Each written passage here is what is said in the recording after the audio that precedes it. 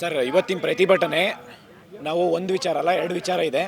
ಒಂದು, ಪೊಲೀಸ್ ವಯೋಮಿತಿ ಹೆಚ್ಚಿಸಬೇಕು. ಎರಡನೇದು, ಅಪೆಕ್ಸ್ ಬ್ಯಾಂಕ್ದು ಸಂದರ್ಶನ ಪಟ್ಟಿ ಬಿಟ್ಟು ಅವರಿಗೆ ಆರ್ಡರ್ ಕಾಪಿ ಕೊಡಬೇಕು ಅಂತ ಕೇಳ್ತೀನಿ. ಸಂದರ್ಶನ ಮಾಡಿ ಅಪೆಕ್ಸ್ ಬ್ಯಾಂಕ್ದು. ಯಾಕೆಂದರೆ ಪೊಲೀಸ್ ವಯೋಮಿತಿ ಯಾಕೆ ಹೆಚ್ಚಿಸ್ಬೇಕಂತ ಹೇಳಿದ್ರೆ, ಇದು ಸುಮಾರು 5 ವರ್ಷ ಆಗಿದೆ ಕರ್ನಾಟಕದಲ್ಲಿ ಒಂದು ರೆಕ್ರೂಟ್ಮೆಂಟ್ ನೋಟಿಫಿಕೇಷನ್ ಆಗಿ. ಯಾವ ನೋಟಿಫಿಕೇಷನ್ ಆಗಿಲ್ಲ ಪೊಲೀಸ್ ಡಿಪಾರ್ಟ್ಮೆಂಟಲ್ಲಿ. ಅದ್ರ ಜೊತೆಯಲ್ಲಿ ಪೊಲೀಸ್ ವಯೋಮಿತಿ ಬೇರೆ ಸ್ಟೇಟಿಗೆ ಕಂಪೇರ್ ಮಾಡಿದ್ರೆ ಕರ್ನಾಟಕದಲ್ಲಿ ಲೋಯೆಸ್ಟು.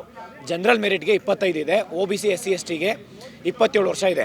ಇದನ್ನು 30 ವರ್ಷ ಜನರಲ್ಗೆ, 33 ವರ್ಷ SC ST OBCಗೆ ಮಾಡಬೇಕು ಅಂತ ಹೇಳ್ಬಿಟ್ಟು ನಾವು ಮಾನ್ಯ ಗೃಹ ಸಚಿವರು ಮತ್ತು ಮಾನ್ಯ ಸಿದ್ದರಾಮಯ್ಯ ಸರ್ಗೆ ಮನವಿ ಮಾಡ್ಕೊತ ಇದ್ದೀವಿ. ಈ ಹಿಂದೆ ಸಾಕಷ್ಟು ಹೋರಾಟ ಮಾಡಿದ್ದೀವಿ. ಒಂದೆರಡು ಹೋರಾಟ ಅಲ್ಲ, ಮೈಸೂರಲ್ಲಿ ಹೋರಾಟ ಮಾಡಿದ್ದೀವಿ, ಫ್ರೀಡಮ್ ಪಾರ್ಕಲ್ಲಿ ಹೋರಾಟ ಮಾಡಿದ್ದೀವಿ, ಧಾರವಾಡದಲ್ಲಿ ಹೋರಾಟ ಮಾಡಿದ್ದೀವಿ. ಇಷ್ಟೆಲ್ಲ ಮಾಡಿದ್ರೂ ಕೂಡ ನೀವು ಮಾಡ್ತೀನಿ ಅಂತ ಹೇಳ್ತಾ ಇದ್ದೀರಾ.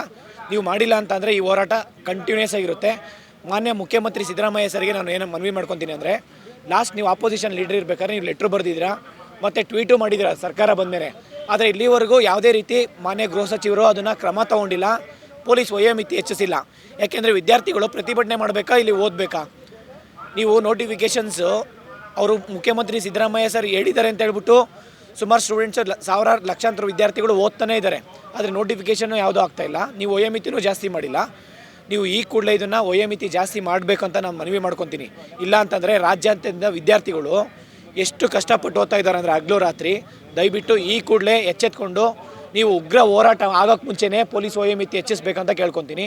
ಇದ್ರ ಜೊತೆಯಲ್ಲಿ ದಯವಿಟ್ಟು ಮಾನ್ಯ ಗೃಹ ಸಚಿವರಿರ್ಬೋದು ಮತ್ತು ಸಹಕಾರ ಸಚಿವರು KN ರಾಜಣ್ಣವ್ರಿಗೆ ನಾನು ಮನವಿ ಮಾಡ್ಕೊತೀನಿ. ಮತ್ತು ಬೆಳ್ಳಿ ಪ್ರಕಾಶ್ ಅಪೆಕ್ಸ್ ಬ್ಯಾಂಕ್ದು ಚೇರ್ಮನ್ ಇದ್ದೀರಾ.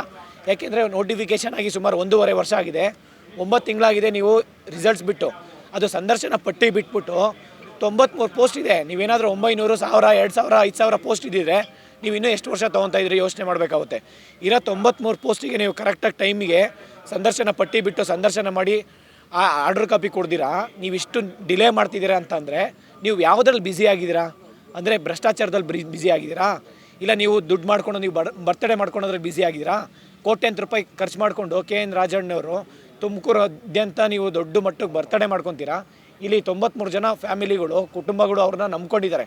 ವಿದ್ಯಾರ್ಥಿಗಳು ವರ್ಷಾನುಗಟ್ಟಲೆ ನೀವು ಅದನ್ನೇ ನಂಬ್ಕೊಂಡು ಓದ್ಕೊಂಡು ಇವತ್ತು ಎಕ್ಸಾಮ್ ಕ್ಲಿಯರಾಗಿ ವೆಯ್ಟ್ ಮಾಡ್ತಾಯಿದ್ದು ಪ್ರತಿಭಟನೆ ಮಾಡಬೇಕು, ನಿಮಗೆ ಮನವಿ ಮಾಡಬೇಕು. ಇಷ್ಟೆಲ್ಲ ರಿಕ್ವೆಸ್ಟ್ ಮಾಡ್ಕೊಂಡು ನಿಮ್ಮನ್ನು ಹುಡ್ಕೊಂಡು ತುಮಕೂರೆಲ್ಲ ಬಂದಿದ್ದೀವಿ. ನಾವು ಎಷ್ಟು ಸತಿ ಮನವಿ ಕೊಟ್ಟಿದ್ದೀವಿ. ಈ ಕೂಡಲೇ ನಿಮ್ಮ ಕೈಯಲ್ಲಿ ಆಗಿಲ್ಲ ಅಂತಂದರೆ ಹೇಳ್ಬಿಡಿ, ರಾಜೀನಾಮೆ ಕೊಟ್ಬಿಟ್ಟು ಹೋಗಿ, ಬೇರೆ ಯಾರಾದರೂ ಮಾಡ್ತಾರೆ. ಮಾನ್ಯ ಮುಖ್ಯಮಂತ್ರಿ ಸಿದ್ದರಾಮಯ್ಯ ಸಾರು ಮಧ್ಯಪ್ರವೇಶ ಮಾಡಿ ಈ ಕೂಡಲೇ ಅದನ್ನು ಆರ್ಡ್ರ್ ಕಾಪಿ ಕೊಡಬೇಕು. ಅಂದರೆ ಸಂದರ್ಶನ ಪಟ್ಟಿ ಬಿಟ್ಟು ಸಂದರ್ಶನ ಮಾಡಿ ಅವರಿಗೆ ಆರ್ಡ್ರ್ ಕಾಪಿ ಕೊಡಿ ಅಂತ ನಾನು ರಿಕ್ವೆಸ್ಟ್ ಮಾಡ್ಕೊತೀನಿ. ಮತ್ತು ವಯೋಮಿತಿ, ಪೊಲೀಸ್ ವಯೋಮಿತಿ ಹೆಚ್ಚಿಸಿ ಮತ್ತು ಅದ್ರ ಜೊತೆಲಿ ಅಪೆಕ್ಸ್ ಬ್ಯಾಂಕ್ದು ಸಂದರ್ಶನ ಪಟ್ಟಿ ಬಿಟ್ಟು ಅವ್ರಿಗೆ ಆರ್ಡ್ರ್ ಕಾಪಿ ಕೊಟ್ಟಿಲ್ಲ ಅಂತಂದರೆ ನಿಮಗೆ 15 ದಿನ ನಾವು ಗಡುವು ಕೊಡ್ತೀವಿ. 15 ದಿನದೊಳಗಡೆ ಏನಾದರೂ ಮಾಡಿಲ್ಲ ಅಂತಂದರೆ ನೀವು ಅನಿರ್ದಿಷ್ಟ ಆದ್ರಿ ಹೋರಾಟನ ಮಾಡ್ತೀವಿ. ಮತ್ತು ಪೊಲೀಸ್ ಅಪೆಕ್ಸ್ ಬ್ಯಾಂಕ್ ಏನಿದೆ ಆ ಅಪೆಕ್ಸ್ ಬ್ಯಾಂಕನ್ನ ಮುತ್ತಿಗೆ ಹಾಕ್ತೀವಿ. ನಾವು ಎಲ್ಲ ವಿದ್ಯಾರ್ಥಿಗಳು ಮತ್ತು ಎಲ್ಲ ಹೋರಾಟಗಾರರು ಸೇರಿಕೊಂಡು ನಾವು ಮುತ್ತಿಗೆ ಹಾಕೋದ್ರಲ್ಲಿ ಯಾವುದೇ ಸಂದೇಶ ಇಲ್ಲ. 15 ದಿನ ಗಡುವು ಕೊಡ್ತಿರ್ತೀವಿ. ನಾಳೆ ನಿಮ್ಮಲ್ಲಿ ಮೀಟಿಂಗ್ ಇದೆ. ಈ ಕೂಡಲೇ ಎಚ್ಚೆತ್ಕೊಂಡು ಇವರಿಗೆ ಸಂದರ್ಶನ ಪಟ್ಟಿ ಬಿಟ್ಟು ಅವರಿಗೆ ಆಯ್ಕೆ ಮಾಡಿ ಅಂತ ಕೇಳ್ಕೊತೀನಿ. ಅವ್ರಿಗೆ ಆರ್ಡರ್ ಕಾಪಿ ಕೊಡಿ. ಮಾನ್ಯ ಗೃಹ ಸಚಿವರು ಅಷ್ಟೇ, ಇನ್ನು 15 ದಿನದಲ್ಲಿ ನೀವು ಮಾನ್ಯ ಮುಖ್ಯಮಂತ್ರಿ ಸಿದ್ದರಾಮಯ್ಯ ಸರ್ ಏನು ಹೇಳಿದ್ದಾರೆ ಅದನ್ನು ನೀವು ನಡ್ಕೊಂಡು ಈ ಕೂಡಲೇ ಪೊಲೀಸ್ ವಯೋಮಿತಿ ಹೆಚ್ಚಿಸ್ಬೇಕಂತ ಕೇಳ್ಕೊತೀನಿ ಸರ್. Thank you. ಸರ್, ಅವು ಕನ್ನಡದಲ್ಲಿ ನೀವು ಪೊಲೀಸ್ ರಿಕ್ವೈರ್ಮೆಂಟು ತುಂಬ ಬೇಕಾಗಿದೆ ಸರ್. ಆದರೆ ನಮ್ಮ ಕರ್ನಾಟಕದಲ್ಲಿ ಈ ಹಿಂದೆ ಯಾರೂ ಕೇಳಲಿಲ್ಲ. ಅಂದರೆ ಪೊಲೀಸ್ ವಯೋಮಿತಿ ಜಾಸ್ತಿ ಬೇಕು ಅಂತ ನಾವೇ ಫಸ್ಟ್ ಟೈಮ್ ಕಂಟಿನ್ಯೂಸ್ ಆಗಿ ನಾವು ಪ್ರತಿಭಟನೆ ಮಾಡಿ ಕೇಳ್ತಾಯಿದ್ವಿ. ಯಾಕೆಂದರೆ ಬಿಕಾಸ್ ಸ್ಟೂಡೆಂಟ್ಸು 5 ವರ್ಷದಿಂದ ಯಾವ್ದು ನೋಟಿಫಿಕೇಷನ್ ಆಗ್ತಿಲ್ಲ, ವಯೋಮಿತಿ ಜಾಸ್ತಿ ಆಗ್ತಿದೆ. ಯಾಕೆ ಕರ್ನಾಟಕದಲ್ಲಿ ಕೇಳ್ತಿಲ್ಲ ಅಂದರೆ ಈ ಹಿಂದೆ ರೆಗ್ಯುಲರ್ ನೋಟಿಫಿಕೇಷನ್ ಆಗ್ತಾಯಿತ್ತು. ಪ್ರತಿ ವರ್ಷ ನೋಟಿಫಿಕೇಷನ್ ಆಗ್ತಿತ್ತು ಪೊಲೀಸ್ ರಿಕ್ರೂಟ್ಮೆಂಟಲ್ಲಿ. ಅದರಲ್ಲಿ ಎಲ್ಲನೂ ಯಾರು ಸೀರಿಯಸ್ ಕ್ಯಾಂಡಿಡೇಟ್ಸ್ ಇರ್ತಾರಲ್ಲ ಅವರೆಲ್ಲ ಸೆಲೆಕ್ಟ್ ಆಗ್ತಾ ಹೋಗ್ತಿದ್ರು. ಇವತ್ತೇನಾಗ್ತಿದೆ ಅಂದರೆ ಲಾಸ್ಟ್ 5 ವರ್ಷದಿಂದ ಯಾವುದೂ ನೋಟಿಫಿಕೇಷನ್ ಆಗ್ತಾಯಿಲ್ಲ. ಅದಕ್ಕೆ ಪೊಲೀಸ್ ಸ್ಟೂಡೆಂಟ್ಸ್ಗೆಲ್ಲರಿಗೂ ಏನಾಗಿದೆ, ವಯೋಮಿತಿ ನೀಡಿದೆ. ದಯವಿಟ್ಟು ವಯೋಮಿತಿ ಜಾಸ್ತಿ ಮಾಡಿ ಅಂತ ಕೇಳ್ತೀವಿ. ಯಾಕೆಂದರೆ ಬೇರೆ ಸ್ಟೇಟ್ಸಲ್ಲಿ ಕರ್ನಾಟಕ ಕಂಪೇರ್ ಮಾಡಿದ್ರೆ ಕರ್ನಾಟಕ ಪೊಲೀಸ್ ಇಂಡಿಯಾ ಕಂಪೇರ್ ಮಾಡಿದ್ರೆ ಕರ್ನಾಟಕ ಪೊಲೀಸು ನಂಬರ್ 1 ಇದ್ದೀವಿ ಎಲ್ಲದರಲ್ಲೂ ಪೊಲೀಸ್ ರಿಲೇಟೆಡ್ ಹೇಳ್ಬೇಕಂತಂದರೆ. ಆದರೆ ಈ ಒಂದು ರೆಕ್ರೂಟ್ಮೆಂಟ್ ಇದು ನೋಡಿದ್ರೆ ಬೇರೆ ಎಲ್ಲ ಸ್ಟೇಟಿಗೆ ನೋಡಿದ್ರೆ ನಾವು ವೀಕ್ ಇದ್ದೀವಿ. ದಯವಿಟ್ಟು ಈ ಕೂಡಲೇ ರೆಕ್ರೂಟ್ಮೆಂಟಲ್ಲಿ ಮುಂದೆ ಮಾಡ್ಕೊಳ್ಳಿ. ನಾವು ಮೊನ್ನೆ ನೀವೇ ನೋಡಿರ್ಬೋದು RCBದು ಬೆಂಗಳೂರು ಚಿನ್ನಸ್ವಾಮಿ ಸ್ಟೇಡಿಯಮಲ್ಲಿ ಸ್ಟಾಂಪರ್ಡ್ ಯಾಕಾಯ್ತು ಅಂದರೆ ಬಿಕಾಸ್ ಆಫ್ ಇದು ಒನ್ ಆಫ್ ದಿ ರೀಸನ್ನೇ. ಅಂದರೆ ಮ್ಯಾನ್ ಫೋರ್ಸ್ ಇರಲಿಲ್ಲ, ಪೊಲೀಸ್ ಫೋರ್ಸ್ ಇರಲಿಲ್ಲ. ಅದಕ್ಕೋಸ್ಕರ ದಯವಿಟ್ಟು ಆ ಒಂದು ಪೊಲೀಸ್ ರೆಕ್ರೂಟ್ಮೆಂಟ್ ಮಾಡಿಕೊಂಡ್ರೆ ಅವರು ಪೊಲೀಸ್ಗೆ ಅಂತಲೇ ಎಷ್ಟೋ ವರ್ಷಗಳಿಂದ ಕಷ್ಟಪಟ್ಟು ಓದ್ತಾ ಇದ್ದಾರೆ. ಅವರಿಗೆ ಒಂದು ಆಸೆ ಇದೆ ಪೊಲೀಸ್ ಆಗಿ ಒಂದು ಸೇವೆ ಮಾಡಬೇಕಂತೇಳಿ. ಆ ಸೇವೆ ಮಾಡೋದಕ್ಕೆ ದಯವಿಟ್ಟು ಮನೆ ಗೃಹ ಸಚಿವರು, ಮನೆ ಮುಖ್ಯಮಂತ್ರಿಗಳು ದಯವಿಟ್ಟು ಅದನ್ನು ಎಚ್ಚೆತ್ಕೊಂಡು ಪೊಲೀಸ್ ವಯೋಮಿತಿ ಹೆಚ್ಚಿಸಬೇಕಂತ ಕೇಳ್ಕೊತೀನಿ. ಒಂದು ವರ್ಷದಿಂದ ಇದು ನಡೀತಾ ಇದೆ, ಯಾವುದೇ ರಿಕ್ರೂಟ್ಮೆಂಟ್ ಆಗ್ತಾ ಇದೆ ಸರ್. ಈಗ ನಾನು ನಾಗಮೋಹನ್ ದಾಸ್ ಸರ್ಗೆ ಮೀಟ್ ಮಾಡಿದ್ದೆ. ಅವರು ಏನು ಒಳ ಮೀಸಲಾತಿ ಹೆಡ್ ಚೇರ್ಮನ್ ಮಾಡಿದಾರಲ್ಲ, ಅವ್ರನ್ನ ಭೇಟಿ ಮಾಡಿದಾಗ ಅವರು ಹೇಳಿದ್ರು ಒಳ ಮೀಸಲಾತಿಗೂ ಮತ್ತು ಈ ರೆಕ್ರೂಟ್ಮೆಂಟ್ಗೂ ಯಾವುದೇ ಸಂಬಂಧ ಇಟ್ಕೊಂಬೇಡಿ. ಯಾಕೆಂದರೆ ಇಲ್ಲಿರೋದು 18%, ಇಲ್ಲಿ 82% ಸ್ಟೂಡೆಂಟ್ಸು ಕಾಯ್ತಾ ಇರ್ತಾರೆ. ನೀವು ಒಳ ಮೀಸಲಾತಿ ಒಳಗೊಂಡಂತೆ ನೀವು ರೆಕ್ರೂಟ್ಮೆಂಟ್ ಮಾಡಿ ಅಂತೇಳಿ ನಾವು ಮನವಿ ಮಾಡ್ಕೊಂಡ್ವಿ.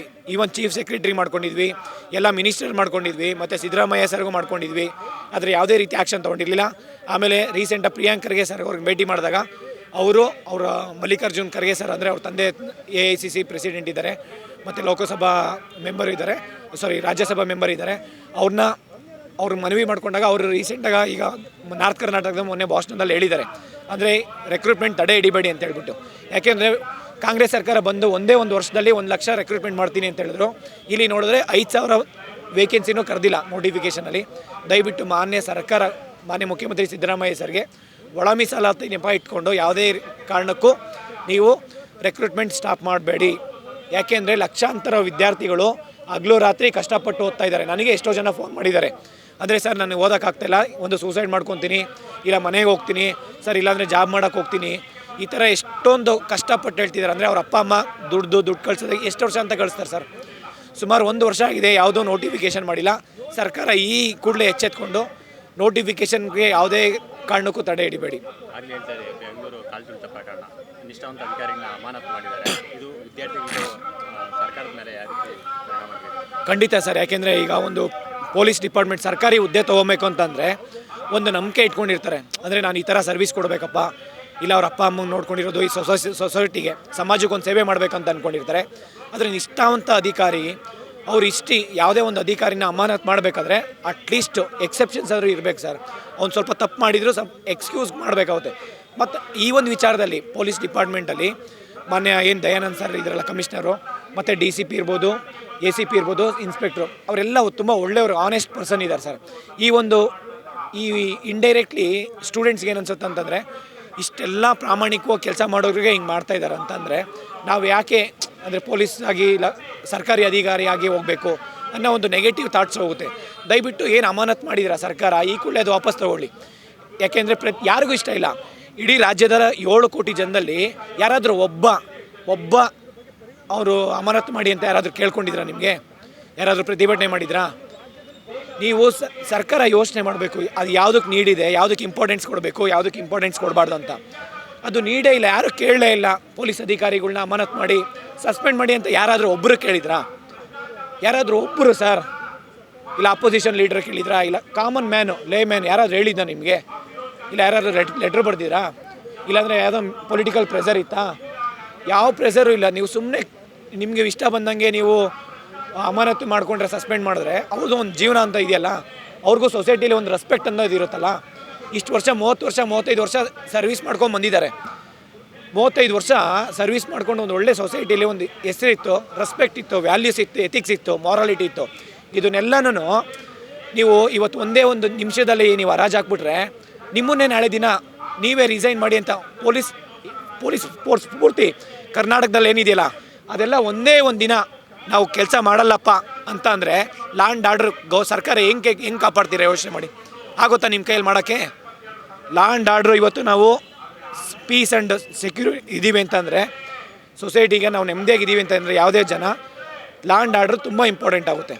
ಲಾ ಆ್ಯಂಡ್ ಆರ್ಡ್ರು ನೀವೇನು ಮೇಂಟೈನ್ ಮಾಡ್ತೀರಾ?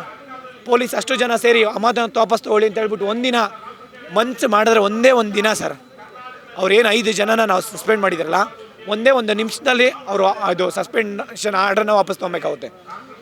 ಏಕೆಂದರೆ ನೀವು ಪೊಲೀಸ್ ಫೋರ್ಸ್ನ ಎದುರಾಕೊಂಡು ನೀವೇನು ಮಾಡೋಕ್ಕಾಗಲ್ಲ. ಸರ್ಕಾರ ನಡಿಬೇಕಂತಂದರೆ, ಒಂದು ಮನುಷ್ಯ ಬದುಕಬೇಕಂತಂದರೆ ನೆಮ್ಮದಿಯಾಗಿ ಪೊಲೀಸ್ ಅನ್ನೋದು ತುಂಬ ಇಂಪಾರ್ಟೆನ್ಸ್ ಇದೆ ಸರ್. ಆ ಪೊಲೀಸ್ಗೆ ತುಂಬ ಇಂಪಾರ್ಟೆನ್ಸ್ ಕೊಟ್ಟು ನಾನು ರಿಕ್ವೆಸ್ಟ್ ಮಾಡ್ಕೊತೀನಿ, ಇವಾಗಲೂ ಏನು ನಿಮಗೆ ಇಲ್ಲ, ನೀವು ಯಾವುದೋ ಭ್ರಷ್ಟಾಚಾರ ಮಾಡಿದರೆ ಪೊಲೀಸ್ ರಿಕ್ರೂಟ್ಮೆಂಟಲ್ಲಿ PSI 545 ಭ್ರಷ್ಟಾಚಾರ ಮಾಡಿದ್ರಲ್ಲ, ಅವರಿಗೆಲ್ಲ ನೀವು ಅಮಾನತು ವಾಪಸ್ ತೊಗೊಂಡಿದ್ದೀರಾ. ಇವಾಗ ನೀವು ಅವರಿಗೆಲ್ಲ ತೊಗೊಂಡಿದ್ದೀರಾ ಅಂತಂದರೆ ಸಸ್ಪೆನ್ಷನ್ BJP ಅವ್ರು ಮಾಡಿದ್ದು ಅದನ್ನು ಸ್ಕ್ಯಾಮ್ ಮಾಡಿದ್ದಾರೆ, ಭ್ರಷ್ಟಾಚಾರದಲ್ಲಿ ಮುಳುಗಿದ್ದಾರೆ, ಪ್ರೂಫ್ ಇದೆ, ಕೋರ್ಟ್ ಹೇಳಿದೆ. ನೀವು ಅವಾಗ ಸಸ್ಪೆಂಡ್ ಮಾಡಿದ್ದೀರಾ, ಅಂಥವ್ರನ್ನೆಲ್ಲ ಬಿಟ್ಟು ನೀವು ಅವ್ರಿಗೆ ನೀವು ಅಮಾನತು ವಾಪಸ್ ತೊಗೊಂಡಿದ್ದೀರಾ. ಇವ್ರು ಏನು ಮಾಡೇ ಇಲ್ಲ ತಪ್ಪು, ನೀವು ಅವರಿಗೆ ಅಮಾನತು ಮಾಡಿದ್ದೀರಾ. ದಯವಿಟ್ಟು ಈ ಕೂಡಲೇ ಅದನ್ನು ಏನು ಸಸ್ಪೆಂಡ್ ಮಾಡಿದ್ದೀರಾ ಅದನ್ನು ವಾಪಸ್ ತೊಗೊಳ್ಳಿ ಅಂತ ನಾನು ಕೇಳ್ತೀನಿ ಇಷ್ಟಪಡ್ತೀನಿ. ಅಪೆಕ್ಸ್ ಬ್ಯಾಂಕ್ದು ಇನ್ನು ಸಂದರ್ಶನ ಪಟ್ಟಿ ಇನ್ನೂ ಬಿಟ್ಟಿಲ್ಲ ಸರ್. 9 ತಿಂಗಳಾಯಿತು, ಡಿಸೆಂಬರಿಂದ ಕಾಯ್ತಾನೆ ಇದ್ದೀವಿ.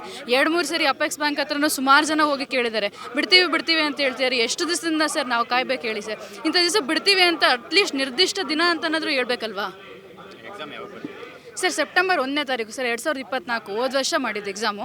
ನೋಟಿಫಿಕೇಷನ್ ಆಗಿದ್ದು ಮಾರ್ಚ್ ತಿಂಗಳಲ್ಲಿ 2024 ಹೋದ ವರ್ಷ. ನೋಟಿಫಿಕೇಷನ್ ಆದಾಗಿಂದ ಇಲ್ಲಿವರೆಗೂ 1.5 ವರ್ಷ ಆಗಿದೆ ಸರ್ ಸುಮಾರು. ಇಲ್ಲಿವರೆಗೂ 1 ವರ್ಷ ರಿಕ್ರೂಟ್ಮೆಂಟ್ನ ಯಾವಾಗಾದ್ರೂ ಸ್ಟಾರ್ಟ್ ಮಾಡಿದ್ರೆ 1 ವರ್ಷದೊಳಗಡೆ ಮಾಡಲೇಬೇಕಲ್ವ ಸರ್? 1.5 ವರ್ಷ ಆದರೂ ಇನ್ನೂ ಅಂತಿಮ ಪಟ್ಟಿ ಇಲ್ಲ ಏನಿಲ್ಲ ಅಂತಂದರೆ ಎಷ್ಟು ದಿವಸ ಕಾಯ್ಬೇಕು ಹೇಳಿ? ಮಾನ್ಯ ಸಹಕಾರಿ ಸಚಿವರು ಆದಷ್ಟು ಬೇಗ ನಮಗೆ ಸಂದರ್ಶನ ಪಟ್ಟಿ ಬಿಡುಗಡೆ ಮಾಡಿ ನಮಗೆ ಭಾಗ್ಯವನ್ನು ಕಲ್ಪಿಸಬೇಕು ಅಂತ ಕೇಳ್ಕೊಳ್ತಾ ಇದ್ದೀವಿ. ಯಾಕೆಂದರೆ ನಾವು 5-6 ವರ್ಷಗಳ ಸತತವಾಗಿ ಓದಿದ್ರು ಅದಕ್ಕೊಂದು ಪರಿಶ್ರಮಕ್ಕೆ ತಕ್ಕ ಪ್ರತಿಫಲ ಅಂತ ಅಪೇಕ್ಷೆ ಪಡೋದು ನಿಮ್ಮಿಂದ ಕೂಡ. ನೀವು ಏನೇ ಮಾಡ್ಕೊಳ್ಳಿ, ಸರ್ಕಾರದ ಬಗ್ಗೆ ಇದಕ್ಕೆ ಗಮನ ತಂದು ಆದಷ್ಟು ಬೇಗ ಮಾನ್ಯ ಮುಖ್ಯಮಂತ್ರಿ ಕಡೆಯಿಂದ ನಮಗೊಂದು ಈ ಒಂದು ಸಂದರ್ಶನ ಬಗ್ಗೆ ಕಲ್ಪಿಸಿ ನಮಗೊಂದು ನೇಮಕಾತಿಯಲ್ಲಿ ವ್ಯವಸ್ಥೆ ಮಾಡಿಕೊಡ್ಬೇಕು ಅಂತೇಳಿ ತಮ್ಮಲ್ಲಿ ಮನವಿ ಮಾಡ್ಕೊಳ್ತಾ ಇದ್ದೀವಿ. ನಮ್ಮದು ತುಮಕೂರಿಂದ ಬಂದಿದ್ದೀವಿ. ಆದಷ್ಟು ಬೇಗ ನಿಮ್ಮ ಕ್ಷೇತ್ರದವರೇ ನಾವು ಕಿರಣ್ ಅಂತ. ಆದಷ್ಟು ಬೇಗ ನಮಗೆ ಅಪೆಕ್ಸ್ ಬ್ಯಾಂಕಲ್ಲಿ ಒಂದು ಸಂದರ್ಶನ ಪಟ್ಟಿ ಬಿಡುಗಡೆ ಮಾಡಿ ನಮಗೆಲ್ಲರಿಗೂ ಒಂದು ಭಾಗ್ಯ ಕಲ್ಪಿಸ್ಬೇಕು ಅಂತೇಳಿ ತಮ್ಮಲ್ಲಿ ಮನವಿ ಮಾಡ್ಕೊಳ್ತಾ ಇದ್ದೀವಿ. ಆದಷ್ಟು ಗಮನ ಹರಿಸಿ ಸರ್, ದಯವಿಟ್ಟು ಇದೊಂದು ರಿಕ್ವೆಸ್ಟ್ ಸರ್.